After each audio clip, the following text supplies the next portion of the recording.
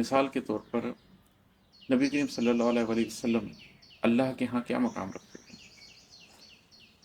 عزلت نشینی بھی جب اختیار کی ہوئی تھی تو اللہ کے سامنے کیا مقام رکھتے تھے؟ لیکن لوگ کیا دیکھ رہے تھے؟ لوگ وہ دیکھ رہے تھے جو ان کو کے حواسوں سے نظر آتا تھا، ان پر روحانی حقیقت آشکار نہیں تھی۔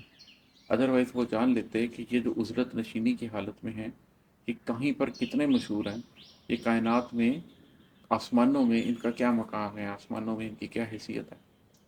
تمام انبیاء کرام کا یہ فلسفہ ہے۔ پھر وہ لوگ جو انبیاء کرام کی سنتوں پہ چلتے ہیں، صدیقین میں شامل ہوتے ہیں، شہداء میں شامل ہوتے ہیں، صالحین میں شامل ہوتے ہیں، ان سب کا یہی سلسلہ ہے کہ وہ کہیں اور مشہور ہوتے ہیں۔ انہوں نے اپنے رب کے ساتھ ایک ایسی لو لگائی ہوتی ہے کہ وہ رب کا ذکر کرتے ہیں تو اللہ ان کا ذکر اپنی محفل میں کرتا ہے، وہ رب کا ذکر کرتے ہیں تو اللہ ان کا ذکر فرشتوں میں کرتا ہے۔ ہمیں روایات سے پتہ چلتا ہے کہ جو شخص بلند آواز میں لوگوں کے سامنے اللہ کا ذکر کرتا ہے تو اللہ اس سے بہتر محفل میں اس کا ذکر کرتے ہیں، اور جو شخص خاموشی میں اللہ کا ذکر کرتا ہے تو اللہ تعالیٰ تنہائی میں پھر اس کا ذکر کرتے ہیں۔ تو ایک پورا عالم ہے جو ہمیں نظر نہیں آ رہا، ایک پوری حقیقت ہے جو اس فزیکل ریئلٹی سے آگے کی ہے، میٹا فزیکل ریئلٹی ہے۔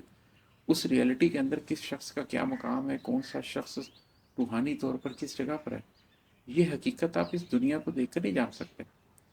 تو اگر آپ اس دنیا کے رنگ میں رنگے ہوئے ہیں، آپ اس عالم موجود کو پوری حقیقت سمجھ رہے ہیں، تو پھر آپ اس عالم موجود کے پیرامیٹرز کے اوپر اپنے آپ کو جاننے لگ جائیں گے، اس کے اوپر اپنے آپ کو پرکھنے لگ جائیں گے۔ پھر آپ کو عالم موجود کی حقیقت کے حساب سے اپنا سوشل سٹیٹس چاہیے ہوگا، اس کے حساب سے اپنا فائنینشیل سٹیٹس چاہیے ہوگا۔ آپ کی دوڑ ہی غلط ہوگی، آپ نے جس چھت پہ چڑھنا ہے آپ اس کی بجائے دوسری چھت کے اوپر سیڑھی لگا کے کھڑے ہوں گے اور تیزی سے اوپر چڑھ رہے ہوں گے۔ اوپر جا کے آپ کو احساس ہوگا کہ آپ تو غلط منزل پر آ گئے ہیں، آپ کی تو سیڑھی ہی صحیح دیوار کے ساتھ نہیں لگی ہوئی تھی۔ تو عالم موجود کو پوری حقیقت مت سمجھ، یہ جو عزلت میں پڑا ہے یہ کہیں مشہور ہے۔ عزلت میں بڑے لوگ پڑے ہوئے ہیں جو بڑے مشہور ہیں، جن کا اللہ کے ہاں بڑا مقام ہے۔ اپنی ان 5 سینسز سے آگے جا کر اپنے قلب سے دیکھنے کی کوشش کریں۔ اللہ تبارک و تعالیٰ فرماتے ہیں نا کہ دجال کی ایک آنکھ ہے، اس لیے کہ وہ صرف ظاہر کی آنکھ سے دیکھے گا، اس کی باطن کی آنکھ نہیں ہے۔ لیکن تمہارا رب کی 2 آنکھیں ہیں، رب ظاہر سے بھی دیکھتا ہے اور رب باطن سے بھی دیکھتا ہے۔ تو جو اللہ کے بندے ہیں ان کی بھی 2 آنکھیں ہوتی ہیں، وہ ظاہر سے بھی دیکھتے ہیں اور وہ باطن سے بھی دیکھتے ہیں۔ باطن سے چیزوں کو دیکھنا شروع کریں تاکہ آپ کو وہ صحبت میسر آئے، وہ لوگ ملنا شروع ہوں جو عزلت نشینی میں پڑے ہیں مگر معاملات کی حقیقت کو جانتے ہیں۔